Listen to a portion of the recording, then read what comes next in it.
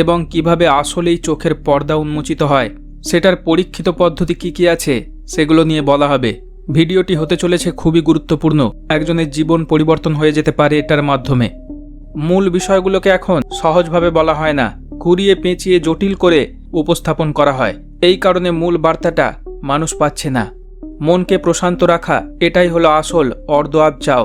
বিশৃঙ্খলা থেকে শৃঙ্খলা আনা, বিশৃঙ্খল মনকে শৃঙ্খলিত করা, এটা করলেই 90% কাজ হয়ে যাবে। নাসার মতামত দেখুন, তাদের রিসার্চ অনুযায়ী ইলেকট্রনকে ফোটন কণা প্রভাবিত করতে পারে।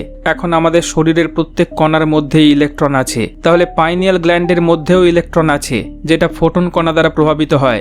নিকোলা টেসলা বলেন তিনি রাত 3টের সময়ের ওই টাইমটাকে ইউটিলাইজ করতেন। ওই সময় তিনি অনেক আশ্চর্য সব কমপ্লেক্স জিনিস উদ্ভাবন করেছিলেন। এবার দেখুন এনসিয়েন্ট ইজিপ্টের স্টোন কার্ভিংয়ে পাওয়া এই ছবিটি, অ্যাঙ্গেল অফ লাইট বা এঞ্জেলস অফ লাইট সরাসরি কপালে পড়ছে, মানে পাইনিয়াল গ্ল্যান্ডে লাগছে।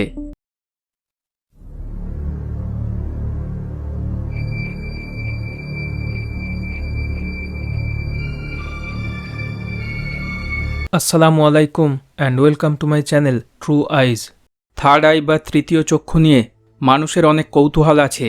এটা নিয়ে কিছু কথা এই ভিডিওতে অলরেডি বলেছি, তবে আজকের ভিডিওতে আরও গভীরে বিষয়টি সম্পর্কে বলা হবে এবং কিভাবে আসলেই চোখের পর্দা উন্মোচিত হয় সেটার পরীক্ষিত পদ্ধতি কি আছে সেগুলো নিয়ে বলা হবে। ভিডিওটি হতে চলেছে খুবই গুরুত্বপূর্ণ, একজনের জীবন পরিবর্তন হয়ে যেতে পারে এটার মাধ্যমে। অন্তর্চক্ষু বা বাসিরা, আইনুল কালব, কলব বা হৃদয়ের চোখ, বাসারুল বাতেন, কাশফ, এগুলো এই তৃতীয় চোখের সাথেই সম্পর্কিত। এখন এটাকে তৃতীয় চোখ বলা হয় কেন? কারণ প্রথম চোখ হলো যেটা দিয়ে সরাসরি দেখা যায়, দুটো ফিজিক্যাল চোখ, আর দ্বিতীয় চোখ হলো যেটার মাধ্যমে অ্যানালাইসিস বা বিশ্লেষণ করে ব্যাখ্যা করে কোনো জিনিসকে দেখা হয়। সরাসরি দেখা একরকম, আবার সঠিকভাবে ব্যাখ্যা করলে সেটার অর্থ দাঁড়ায় আর এক রকম। আমি চ্যানেলে যে ভিডিওগুলো দিই সেখানে বিশ্লেষণ করি, বলতে পারেন এখানে দ্বিতীয় চোখের ব্যবহার বেশি করা হয়। তারপর আছে তৃতীয় চোখ, এটি একটি বিশেষ দৃষ্টি যেটা একটি বিশেষ পর্দা সরে যাওয়ার পর উন্মোচিত হয়। আনসিন ওয়ার্ল্ড, অজানা অদেখা জগতের রহস্য যেমন দর্শনকারীর সামনে উন্মোচিত হয়, তেমনি সেই বিষয়ের পুঙ্খানুপুঙ্খ জ্ঞানও দর্শনকারী লাভ করে। উদাহরণস্বরূপ, খালি চোখে একজন নর্মাল একটা মানুষকে দেখল, আর তৃতীয় নেত্র দিয়ে দেখলে সে ওই মানুষের ভিতরের আনুবীক্ষণিক বিষয়সমূহও দেখতে পাবে। কিভাবে সেগুলো কাজ করছে এ সম্পর্কেও তার কাছে অজানা কিছু থাকবে না। এইভাবে তার কাছে বিশ্ব ব্রহ্মাণ্ডের সমস্ত রহস্য উন্মোচিত হয়ে যাবে। এই দৃষ্টি না খোলা পর্যন্ত একজন কোনোভাবেই, তা সে যত বিদ্যা বুদ্ধিরই প্রয়োগ করুক না কেন, সে যত পাণ্ডিত্যই অর্জন করুক না কেন পুঁথিগত বিদ্যা থেকে, সেটা ওই বিশেষ জ্ঞানের কাছে হবে তুচ্ছ ও নগণ্য। লার্জ হেড্রন কোলাইডারে মিলিয়ন মিলিয়ন বিলিয়ন ডলার খরচ করা হচ্ছে এগুলো জানার জন্যে যে সৃষ্টির শুরুতে কি হয়েছিল, প্রথম কণা কি, এই সব বিষয়গুলো কিন্তু ওই বিশেষ দৃষ্টি উন্মোচিত হয়ে গেলে অটোমেটিক্যালি একজন জেনে যায়। আর এই জন্যেই এই জ্ঞানকে বলা হয় আল্লাহ প্রদত্ত বিশেষ অন্তর্দৃষ্টি বা বিশেষ জ্ঞান। যে বিশেষ জ্ঞান আল্লাহ খিজির আলাইসাল্লামকে দিয়েছিলেন। শুধু খিজির আলাইসাল্লাম না, আল্লাহ তার ওলিয়া উলিয়াদেরকে এই জ্ঞান দান করে থাকেন। সুফিজমে এই বিশেষ জ্ঞান অর্জনের উপরেই জোর দেওয়া হয়, কারণ এই বিশেষ দৃষ্টি না খুললে বা এই বিশেষ জ্ঞান না অর্জন করলে একজনের ঈমান পূর্ণতা লাভ করতে পারে না। একজন নিজেকে যত বড় ঈমানদারি দাবি করুক না কেন, কোনো না কোনো সময় কোনো একটি পরিস্থিতিতে সেই ঈমান দুর্বল হয়ে যেতে পারে তার। কিন্তু এই বিশেষ জ্ঞান লাভ হয়ে যাওয়ার পর আর ঈমান দুর্বল হওয়ার কোনো জায়গা থাকে না, কারণ তখন সেটা হয়ে যায় দেখে ঈমান আনা, যেটাই ছিল এক সময় না দেখে ঈমান আনা। কোরআনে আছে ফেরেশতাদেরকে দেখে ঈমান এনে কোনো লাভ নেই। এটার অর্থই অন্যভাবে বলা যায় যে ফেরেশতাদেরকে দেখে ফেললে ঈমান পূর্ণতা লাভ করে যাবে। এটাই তো পরীক্ষা। নিজে থেকে চেষ্টা করে ঈমানকে মজবুত করতে হবে, অটুট করতে হবে। কোনো চেষ্টা না করেই ফেরেশতা দেখার অপেক্ষায় বসে থাকলে হবে না। কেউ যদি ওই বিশেষ জ্ঞানের মাধ্যমে, অন্তর্দৃষ্টির মাধ্যমে দেখে নেয়, তখন তার ঈমান পূর্ণতা লাভ করে। একে বলা হয় আইনুল ইয়াকিন, অর্থাৎ চোখে দেখা নিশ্চিত জ্ঞান। এটা না দেখা পর্যন্ত একজন কনফার্ম বলতে পারবে না যে সে ঈমান নিয়ে মরতে পারবে। এই জন্যই সুফিদের এত সাধনা। এখন ভণ্ড আকিদার প্রচার প্রসার চলছে। এই আসল জ্ঞানগুলোকে সাইড করে দেওয়া হয়েছে। প্রকৃত ইসলাম কি মানুষকে জানানো হচ্ছে না। এই পুরো প্রসেসের নির্যাস তুলে ধরব যে কিভাবে একজন এই জ্ঞান লাভ করতে পারবে, যে জ্ঞান লাভ করলে চোখ থেকে ওই পর্দা সরে যাবে। এই জ্ঞান অর্জনের প্রথম এবং প্রধান ধাপ হল মনকে সম্পূর্ণভাবে শান্ত করা, মনে পূর্ণ প্রশান্তি নিয়ে আসা। মূল বিষয়গুলোকে এখন সহজভাবে বলা হয় না, ঘুরিয়ে পেঁচিয়ে জটিল করে উপস্থাপন করা হয়। এই কারণে মূল বার্তাটা মানুষ পাচ্ছে না, তাই এত সমস্যা চারিদিকে। মনকে প্রশান্ত রাখা, এটাই হলো আসল অর্দোয়াব চাও। বিশৃঙ্খলা থেকে শৃঙ্খলা আনা, বিশৃঙ্খল মনকে শৃঙ্খলিত করা, এটা করলেই 90% কাজ হয়ে যাবে। বিশৃঙ্খল মনকে শৃঙ্খলাবদ্ধ করা, এই বিষয়টা থটের ইমারাল ট্যাবলেটে পাবেন। দাজ্জালের আর্মিরা এই বিষয়টিকেই মকারি করে, উপহাস করে তাদের নিজেদের অর্দোয়াব চাওয়ের কনসেপ্ট এনেছে। বিশৃঙ্খলার মাধ্যমে শৃঙ্খলা, চারিদিকে অরাজকতা তৈরি করে সেটার মাধ্যমে একটা নতুন আইন তৈরি করা। আসলে তারা চায় না মানুষের মন প্রশান্ত শৃঙ্খলিত থাকুক, তাই তারা মানুষকে হিংসা, হানাহানি, বিদ্বেষ, যুদ্ধ এসবে মাতিয়ে রেখেছে, যাতে মনকে মানুষ শান্ত না করতে পারে। তাই মানুষকে social media, reels, PUBG, OTT এসব বিভিন্ন জিনিসের মধ্যে ডুবিয়ে রেখেছে। এমনভাবেই ডুবিয়ে রেখেছে যে স্ক্রল ডাউন করা থেকে আঙুলকে বিরত রাখতে পারে না এখন মানুষ। হয়ে ওঠে আনকন্ট্রোলড, অস্থির, বিচলিত। অস্থির চঞ্চল কোনো মন কিছুই অর্জন করতে পারে না। অস্থির বিশৃঙ্খল মনই মানুষের ডাউনফলের একমাত্র কারণ। শুধু ডাউনফল না, এটা ধ্বংসের কারণ। সব কিছু নেগেটিভ জিনিসের মূলে আছে এই অস্থির মন। মন বিশৃঙ্খল থাকলে ডিএনএ তার কাজ করতে পারে না। সে ভুল ইনস্ট্রাকশন দিতে শুরু করবে শরীরকে, ফলে শরীরে বাসা বাঁধবে নানা ব্যাধি, ক্যান্সারের মতো মারাত্মক সব ব্যাধি। মনের এই বিশৃঙ্খলতা যেমন হিংসা, হানাহানি, বিদ্বেষের কারণে তৈরি হয়, তেমনি আবার মন বিশৃঙ্খল হওয়ার কারণে মানুষ হিংসা, হানাহানিতে লিপ্ত হয়। সমস্ত অনৈতিক, অবৈধ কাজকর্মের পিছনে আছে বিশৃঙ্খল মন। কেউ যদি নিজের মনকে শৃঙ্খলিত করতে চায়, তাহলে তাকে কোনো অনৈতিক, অবৈধ কাজ করা যাবে না, যে কাজগুলো করতে সৃষ্টিকর্তা তাকে নিষেধ করেছেন। কারণ অনৈতিক, অবৈধ কাজ করলেই মন বিচলিত, বিশৃঙ্খলিত হয়ে উঠবে, অশান্ত হয়ে উঠবে। এটাই নিয়ম। এবং এখানে সূক্ষ্মতম হিসেব হবে, অর্থাৎ সূক্ষ্মতম অনৈতিক কাজ করলে সূক্ষ্মতম পরিমাণেই মন বিচলিত হবে। এটা নির্ভুল সমানুপাতিক হিসাবে কাজ করে। তাহলে দেখছেন সব ধ্বংসের মূলে আছে বিশৃঙ্খল মন। এবার এই মনকে যদি শৃঙ্খলিত করা যায়, তাহলেই আসবে সফলতা, আসবে সমস্ত সাফল্য, লাভ হবে অটুট ঈমান, আইনুল ইয়াকিন। এবার কিভাবে শৃঙ্খলিত হবে সেটাই আসি। এর প্রথম এবং প্রধান শর্ত হল নাফসকে কন্ট্রোল করা, বা বলা যায় ইগোকে কন্ট্রোল করা। মানুষের মাঝে যে খান্নাস রূপী নাফস আছে, সেটাকে কাবু করা। যে নাফস সর্বদা খারাপ কাজ করতে উদ্বুদ্ধ করে, ভালো কাজে বাধা দেয়। ধরুন কাউকে আপনি কিছু দান করতে গেলেন, তখন মন থেকে কেউ বলে উঠল, দান করো না, তাহলে তোমার কমে যাবে। এটা বলছে নাফস। বলা হয় ইবলিস আদম আলাইসাল্লামের মূর্তির গায়ে থুতু ফেলেছিল, যেটা নাভির কাছে পড়েছিল।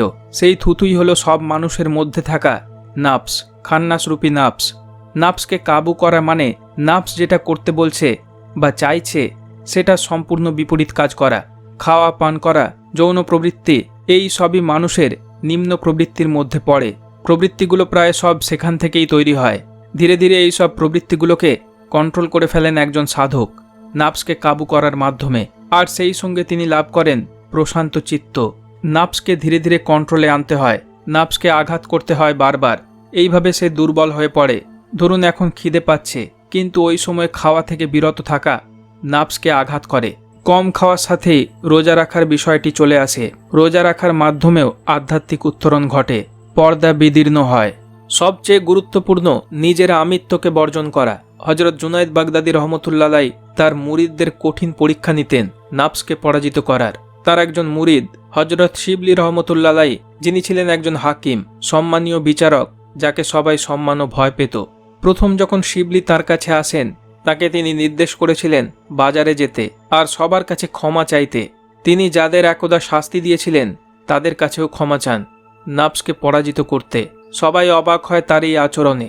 তারপর জুনায়েদ বাগদাদী তাকে নির্দেশ দেন বাগদাদের অলিগলিতে যেতে, যেখানে তাকে সবাই চেনে।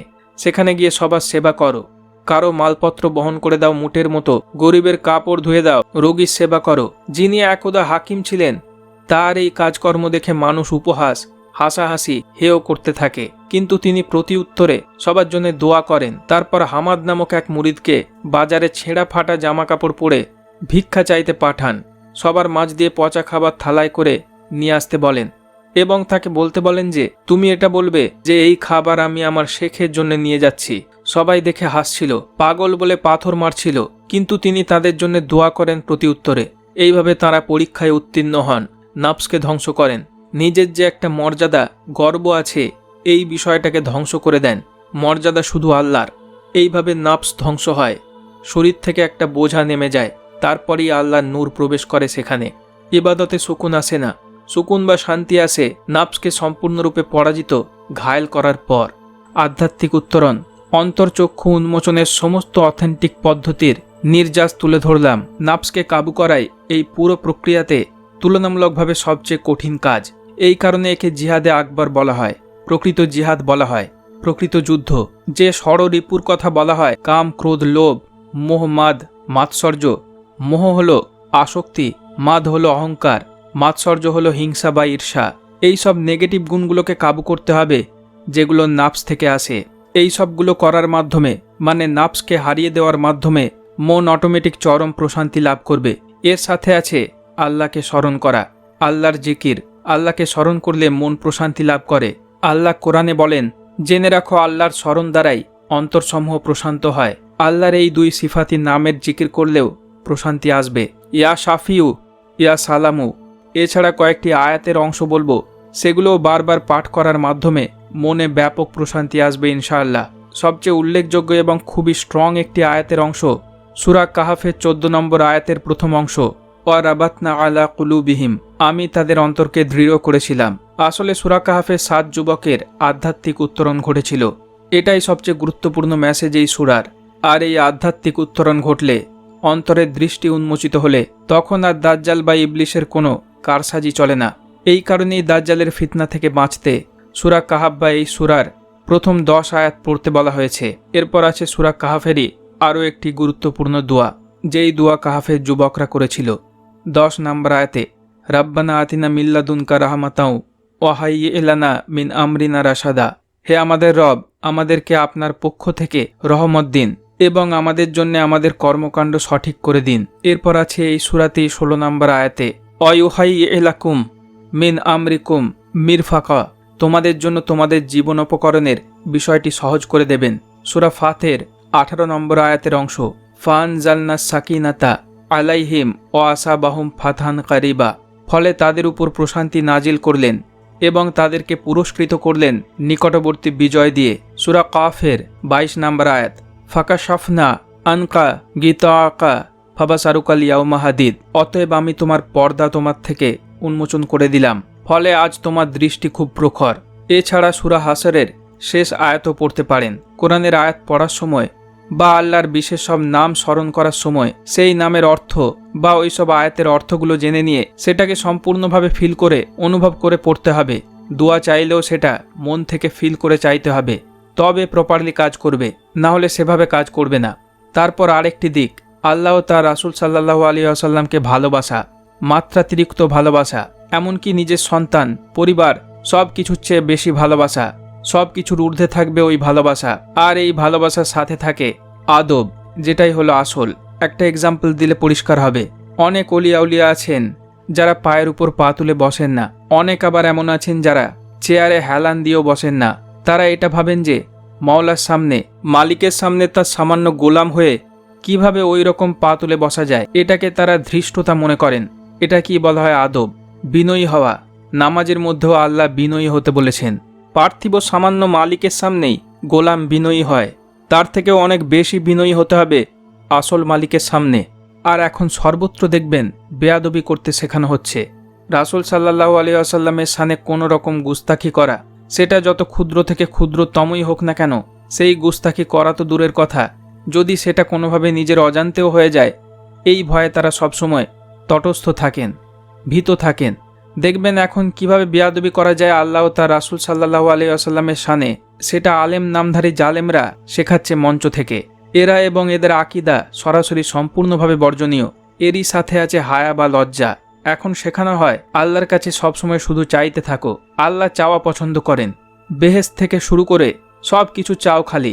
সুফিরা একদমই এটা পছন্দ করেন না। তারা নিজেদের জন্য কোনো কিছু আল্লাহর কাছ থেকে চাইতে লজ্জা বোধ করেন। নিজের জন্য স্বর্গ চান না কখনো। তাদের একমাত্র লক্ষ্য আল্লাহর সন্তুষ্টি, আল্লাহর ভালোবাসা অর্জন করা, তাঁর দিদার লাভ করা বা তাঁর সাথে সাক্ষাৎ লাভ করা, এই তাদের উদ্দেশ্য। বাকি সব কিছুই তাদের কাছে তুচ্ছ। দেখবেন দুজন মানুষের মধ্যে যদি একজন চায় আর আরেকজন মুখ ফুটে চায় না, তো যে চাইতে পারে না তার প্রতি বেশি মায়া জন্মায় এবং তাকেই বেশিটা দিতে ইচ্ছা করে। ঠিক ব্যাপারটা এমনই, অন্য সবার জন্য চান উলিয়া উলিয়ারা নিজের বাদ দিয়ে, তবে নিজের জন্য নূর এবং ইলমে লাদুন্নি চাইতে হবে। শর্ট ব্রিদিংয়ের অভ্যাস মনকে অস্থির করে, অর্থাৎ ছোট ছোট শ্বাস নেওয়া। এই জন্য গভীর শ্বাস ডিপ ব্রিদিংয়ের অভ্যাস করতে হবে। গভীর শ্বাস প্রশ্বাসে মন শান্ত হয়, এমনকি রোগ মুক্তিও ঘটে। শ্বাস ভিতরে নেওয়ার সময় আল্লাহ বলা এবং সাথে সাথে ভাবতে থাকা যে ইউনিভার্সের এনার্জি শরীর পূর্ণ করে দিচ্ছে, এবং শ্বাস ছাড়ার সময় ভাবতে হবে যেন দূষিত ডার্ক জিনিস শরীর থেকে বেরিয়ে যাচ্ছে। শ্বাস ছাড়ার সময় হু বলতে হবে গলার মধ্যে এমনভাবে যেন মাথায় ভাইব্রেট হয় বা কম্পন হয়। বিভিন্ন ট্র্যাডিশনে মাথায় ভাইব্রেট করার বিষয়টি আছে। ভিন্ন ভিন্ন শব্দ ইউজ করা হয়, যেমন হিন্দু ধর্মে ওম শব্দ ইউজ করা হয়। যেগুলো বললাম সেগুলোর মাধ্যমে ব্রেন ও হার্টের মধ্যে সিঙ্ক্রোনাইজেশন ঘটে। ফ্রিকোয়েন্সি ক্রমশ আর্থের ফ্রিকোয়েন্সির কাছাকাছি চলে যায় বা ম্যাচ করে, মানে হিউম্যান রেজোনেন্স। এরপর আছে নূর, নিজের শরীরে নূর বা লাইটের আধিক্য ঘটানো। আল্লাহর কাছে নূর চাইতে হবে। রাসূল সাল্লাল্লাহু আলাইহি ওয়াসাল্লামের একটা দোয়া আছে যাকে দোয়ায়ে নূর বলা হয়। খুব সুন্দর করে তিনি আল্লাহর কাছে নূর চেয়েছিলেন। এই দোয়ার মাধ্যমে শরীরের প্রত্যেক কণায় নূরের আধিক্য চেয়েছিলেন। এই নূরই একজনকে উদ্ভাসিত করবে, ম্যাটেরিয়াল বা বস্তুগত নিম্ন স্তর থেকে উচ্চ স্তরে উন্নীত করবে। ইয়া নুরু ইয়া বাসিরু, আল্লাহর এই নামগুলো জিকির করা। এই নূরের বিষয়টার সায়েন্টিফিক ব্যাখ্যাও আছে। বলেছিলাম মানুষের মাথায় থাকা পাইনিয়াল বা পিনিয়াল গ্ল্যান্ডের সাথে তৃতীয় চক্ষুর সম্পর্ক আছে। এই পাইনিয়াল গ্ল্যান্ড থেকে ডিএমটি নিঃসৃত হয়, ডাইমিথাইল ট্রিপটামিন, এবং এই গ্রন্থি সম্পূর্ণ অন্ধকারে সক্রিয় হয়। এটাকেও সায়েন্সের আলোকে ব্যাখ্যা করা যায়। নাসার মতামত দেখুন, তাদের রিসার্চ অনুযায়ী ইলেকট্রনকে ফোটন কণা প্রভাবিত করতে পারে। এখন আমাদের শরীরের প্রত্যেক কণার মধ্যেই ইলেকট্রন আছে, তাহলে পাইনিয়াল গ্ল্যান্ডের মধ্যেও ইলেকট্রন আছে যেটা ফোটন কণা দ্বারা প্রভাবিত হয়, উদ্দীপিত হয়। এই ফোটন কণা খালি চোখে দেখা যায় না। অ্যাটমের ভেতরে কণাগুলো বাদ দিয়ে যে খালি স্পেস বা ভ্যাকিউম থাকে, সেই জায়গা আসলে ভ্যাকিউম না, ফাঁকা না। সেই জায়গা ফোটন কণা দ্বারা পূর্ণ থাকে, ইলেকট্রোম্যাগনেটিক ওয়েভ দ্বারা পূর্ণ থাকে। এটাই নূর। এই নূর পাইনিয়াল গ্ল্যান্ডকে অ্যাক্টিভ করে দিলে সেটা ডিফারেন্ট ডাইমেনশন থেকে ইনফরমেশন কালেক্ট করতে শুরু করে। অনেকটা রিসিভারের মতো কাজ করে, অ্যান্টেনার মতো। বলতে পারেন এই অ্যাক্টিভেশনের মাধ্যমে ডিভাইন মেসেজ রিসিভ হয়, আল্লাহর সাথে নিবিড় সংযোগ তৈরি হয়, এবং এটা অন্ধকারের মধ্যে মনোসংযোগের মাধ্যমে অর্থাৎ মেডিটেশনের মাধ্যমে অ্যাক্টিভেট হয়। কারণ ওই সময় পাইনিয়াল গ্ল্যান্ড সক্রিয় হবে। মেডিটেশনের সুপিরিয়র রূপ হলো সালাত। কেন সুপিরিয়র? তার কারণ আছে। মেডিটেশন বা ধ্যানে যে কোনো কিছু এনার্জি সোর্সকে চিন্তা করে করা হয়, কল্পনা করা হয়। সেখানে সালাতে স্বয়ং সৃষ্টিকর্তাকে চিন্তা করা হয়, যিনি সমস্ত শক্তি, নূরের উৎস। আর অন্য যে কোনো এনার্জি সোর্স তো প্যাসিভ বা পরোক্ষ হয়ে যায়। মেডিটেশন মানে শুধু কোনো একটা বিষয় সম্পর্কে ভাবা নয়, বরং সেটাকে বাস্তবে ফিল করা, তবেই সেটা প্রকৃত মেডিটেশন হয়। সালাতের মধ্যেও সেটাই করার কথা বলা হয়েছে। রাসূল সাল্লাল্লাহু আলাইহি ওয়াসাল্লাম বলেন যে এমনভাবে নামাজ পড়ো যেন সামনে তুমি আল্লাহকে দেখতে পাচ্ছ। যদি এটা না পারো তাহলে ভাবো যে আল্লাহ তোমাকে দেখছেন। এখন সামনে আল্লাহকে দেখা মানে সেখানে কিরূপ অনুভূতি হবে সেটাও কল্পনা করতে হবে। ওনার যে নূর, তার নূরের তাজাল্লি, সেটা কীরকমভাবে শরীরে এফেক্ট ফেলবে সেটা অনুভব করতে হবে। মানুষকে ম্যানিফেস্টেশনের ক্ষমতা দেওয়া হয়েছে, যেটা জিনদের দেওয়া হয়নি। নামাজের মধ্যে রুকুতে যাওয়া এটা একটা খুবই গুরুত্বপূর্ণ স্টেপ। এই সময় নূর সরাসরি পাইনিয়াল গ্ল্যান্ডে আঘাত করে, তবে এটা দিনের বেলার তুলনায় রাতের বেলা বেশি ভালোভাবে কাজ করবে। এই কারণে তাহাজ্জুদের নামাজ পড়ার, রাতের শেষ অংশে নামাজ পড়ার ও অন্যান্য ইবাদত করার জন্য উদ্বুদ্ধ করা হয়েছে, নির্দেশ দেওয়া হয়েছে। রাত্রি জাগরণের কথা বলেছেন আল্লাহ কুরআনে। তিনি বলেছেন তার প্রিয় বান্দারা মানে তার অলিয়া উলিয়া বা বন্ধুরা এই কাজ করে থাকেন, রাত্রি জাগরণ করেন, রাত্রি অতিবাহিত করেন ইবাদতের মধ্যে। শুধু এই সময়ে যে অন্ধকারই থাকে তা না, আরও যে বিশেষ ক্ষণটি আসে সেটা আরও গুরুত্বপূর্ণ। ওই সময় আল্লাহর নিকটবর্তী আসমানে অবতরণ করেন, বা আল্লাহ ও পৃথিবীতে থাকা মানুষদের মধ্যে ব্যবধান সবচেয়ে কম থাকে ওই সময়। ফলে সেই নূরের জ্যোতির ক্ষমতাও অত্যন্ত বেশি থাকে, যেটা আমাদের চোখের উপরে থাকা পর্দা বা আবরণকে অত্যন্ত দুর্বল বা পাতলা করে দেয়। ফিজিক্যাল এবং স্পিরিচুয়াল সেলফের মধ্যেকার বাধাকে দুর্বল করে দেয়। এই কারণেই তাহাজ্জুদের নামাজ গুরুত্বপূর্ণ।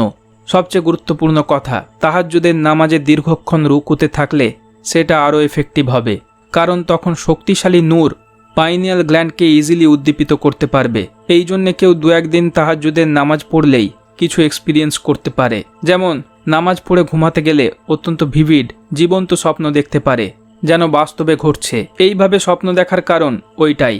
নিকোলা টেসলা বলেন, তিনি রাত 3টের সময়ের ওই টাইমটাকে ইউটিলাইজ করতেন। ওই সময় তিনি অনেক আশ্চর্য সব কমপ্লেক্স জিনিস উদ্ভাবন করেছিলেন, আবিষ্কার করেছিলেন। ওই সময়টাকে তিনি বিশেষ করে হাইলাইট করেছেন নতুন কিছু উদ্ভাবনের জন্যে শক্তিশালী সময় হিসাবে। আসলে কারণ ওইটাই, আল্লাহ ওই সময়ে নিকটবর্তী আসমানে অবতরণ করেন। বিভিন্ন ডাইমেনশন থেকে ইনফরমেশন পাওয়ার জন্যে সবচেয়ে উপযুক্ত সময় এটা। এবার দেখুন এনসিয়েন্ট ইজিপ্টের স্টোন কার্ভিংয়ে পাওয়া এই ছবিটি অ্যাঙ্গেল অফ লাইট বা এঞ্জেলস অফ লাইট সরাসরি কপালে পড়ছে, মানে পাইনিয়াল গ্ল্যান্ডে লাগছে। লাইটকে মেসেঞ্জার পার্টিকেলসও বলা হয়, মানে বার্তাবাহক কণা। আর এঞ্জেলস বা ফেরেস্তাদেরকেও মেসেঞ্জার বা বার্তাবাহক বলা হয়। আর এই লাইটটা একটা অ্যাঙ্গেল হয়ে পড়ছে দেখুন। এই কারণে একটা ভিডিওতে বলেছিলাম যে অ্যাঙ্গেল আর এঞ্জেল একে অপরের সাথে সম্পর্কিত। এটা নিয়ে পরে ভিডিওতে বলবো এরকম বলেছিলাম। এই সেই কারণ। এবার একটা বিষয়, কেউ যদি কারামত দেখায়, হাওয়ায় ওড়ে, পানির উপর দিয়ে চলে, এসব দেখলেই বলা যাবে না যে সে একজন আল্লাহর ওলি। সে যদি তাহাজ্জুদের নামাজ না পড়ে তাহলে সে ভণ্ড, মানে কোনো ডার্ক ওয়ে ইউজ করে সে এইসব করছে। আলী কার্রামুল্লাহ ওয়াজহা এই লিটমাস টেস্টের কথা বলেছেন। সমস্ত ওলিয়া উলিয়াগণ তাহাজ্জুদের নামাজের উপরে জোর দিয়েছেন, তারা এই নামাজ কখনোই ছাড়েননি। এরপর last but not the least খুবই স্ট্রং একটি আমলের কথা বলবো, যেটা এমনকি একদিন করলেই যারা অলরেডি ভালো স্বভাব চরিত্রের অধিকারী, ডিসিপ্লিন জীবনযাপন করেছেন, গুনাহ কম করেছেন, তাদের অন্তর্চক্ষু খুলে যেতে পারে, অথবা সেই সম্পর্কিত সিমটমস দেখা দিতে শুরু হতে পারে। এই আমলটি হলো প্রত্যেক ফজরের নামাজের পর বিসমিল্লাহির রহমানির রহিম 1500 বার করে পড়া। সারাদিনে যে কোনো সময় পড়লেও হবে, তবে ওটাই বেস্ট সময়। এইভাবে 40 দিন সম্পূর্ণ করুন পড়া। অনেক কিছু পরিবর্তন হয়ে যাবে ইনশাআল্লাহ।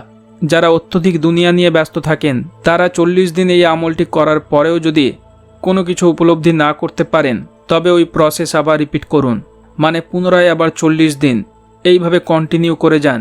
এই আমল করার কিছুদিনের মধ্যেই বুঝতে পারবেন শরীরের ইমিউনিটি, রোগ প্রতিরোধ ক্ষমতা স্ট্রং হতে শুরু করে দিয়েছে, মানে বিশৃঙ্খল শরীর শৃঙ্খলিত হচ্ছে। ডিএনএ সঠিকভাবে কাজ করতে শুরু করেছে। আমাদের শরীরের বেশিরভাগটাই জল দিয়ে তৈরি। বিসমিল্লাহ বলার কারণে জলের মধ্যে সবচেয়ে উৎকৃষ্ট মানের ক্রিস্টাল শেপ পেয়েছিলেন মাসারু ইমোটো। সেটার সাথেও লিঙ্ক আছে, যেটা এই ভিডিওতে বলেছিলাম। নূরের প্রভাবেও ডিএনএ সঠিকভাবে কাজ করতে শুরু করে। এইভাবে দেখতে পাবেন শরীরে আর কোনো রোগ বালাই প্রায় হচ্ছেই না, মানে বুঝতে পারবেন কাজ হচ্ছে। ইস্তিগফার করা ও বেশি বেশি দরুদ শরীফ পাঠ করা। বান্দার দোয়া আসমান ও জমিনের মাঝে ঝুলন্ত অবস্থায় থাকে, কবুল হয় না যতক্ষণ না দোয়া পাঠকারী দরুদ না পড়ে। আস্তাগফিরুল্লাহ পাঠ করলে শরীর থেকে টক্সিক বিষাক্ত ক্ষতিকর জিনিস ধ্বংস হয়। আর দরুদ পাঠ সুগন্ধি দান করে। দরুদ পাঠ অত্যন্ত শক্তিশালী একটি আমল। সঠিকভাবে মনের গভীর থেকে শুধুমাত্র দরুদ পাঠ করেই একজন সব কিছু অর্জন করতে পারে। যেগুলো বলা হলো সেগুলো আমল করুন, ইনশাআল্লাহ ফল পাবেনই। একটা সময় পর পীর বা গুরু বা একজন গাইডের দরকার পড়ে, তবে গাইড না থাকলেও সমস্যা নেই। যদি নিজে কিছু বিষয় কন্ট্রোল করে নিতে পারেন তাহলে।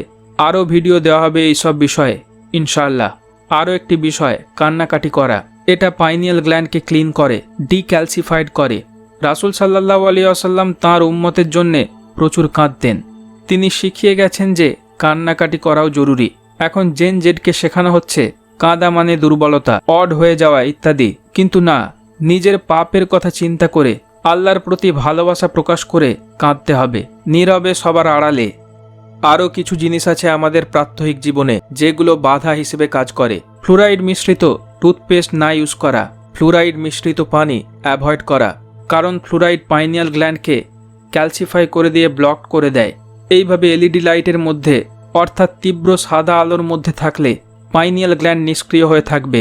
এই সব লাইটের মধ্যে কম থাকা বা একদমই না থাকা, এই সব লাইটের ব্যবহার না করা, অ্যালুমিনিয়ামের তৈরি রান্নার আসবাবপত্র না ইউজ করা, এগুলো ক্যালসিফাই করে। জিএমও বা জিনগত পরিবর্তন করা খাবার অ্যাভয়েড করা, কেমিক্যাল দিয়ে বানানো কৃত্রিম সুগন্ধি যেগুলোতে থাকে, এই সব জিনিসগুলোকে যতটা সম্ভব অ্যাভয়েড করা, কারণ এগুলো পাইনিয়াল গ্ল্যান্ডকে ক্যালসিফাই করে। এই সবগুলো যেগুলো বারণ করলাম সেগুলো ইচ্ছা করেই মানুষের হাতে ধরিয়ে দেওয়া হয়েছে, যাতে মানুষ আধ্যাত্মিক উত্তরণ না করতে পারে, তার জন্য যাতে কঠিন হয়ে দাঁড়ায় এই রাস্তা। জামাতের ব্যাপারে বলায় আগের ভিডিওতে কেউ কেউ কমেন্ট করছিলেন যে আপনি ঠিক বলেননি, জামাত এরকম না, ইত্যাদি ইত্যাদি। তাদের জন্য একটা সদ্য এক্সাম্পল চলে এসেছে। সুফি দরগাতে আক্রমণ করা শুরু করেছে জামাত। আমি বলেছিলাম এরা গোলাবি ওয়াহাবি। ওয়াহাবিরা হাজারো সাহাবিদের নামের মসজিদ, মাজার ভেঙেছে আরবে। জামাত সেই আকিদারি। এরা আরও ভয়ানক, কারণ এরা মুখোশধারী ওয়াহাবি। এটাও জেনে রাখুন, এদের মূল যুদ্ধ আহলে সুন্নাত ওয়াল জামাতের সাথে, সহি আকিদার সাথে, সুফিজমের সাথে।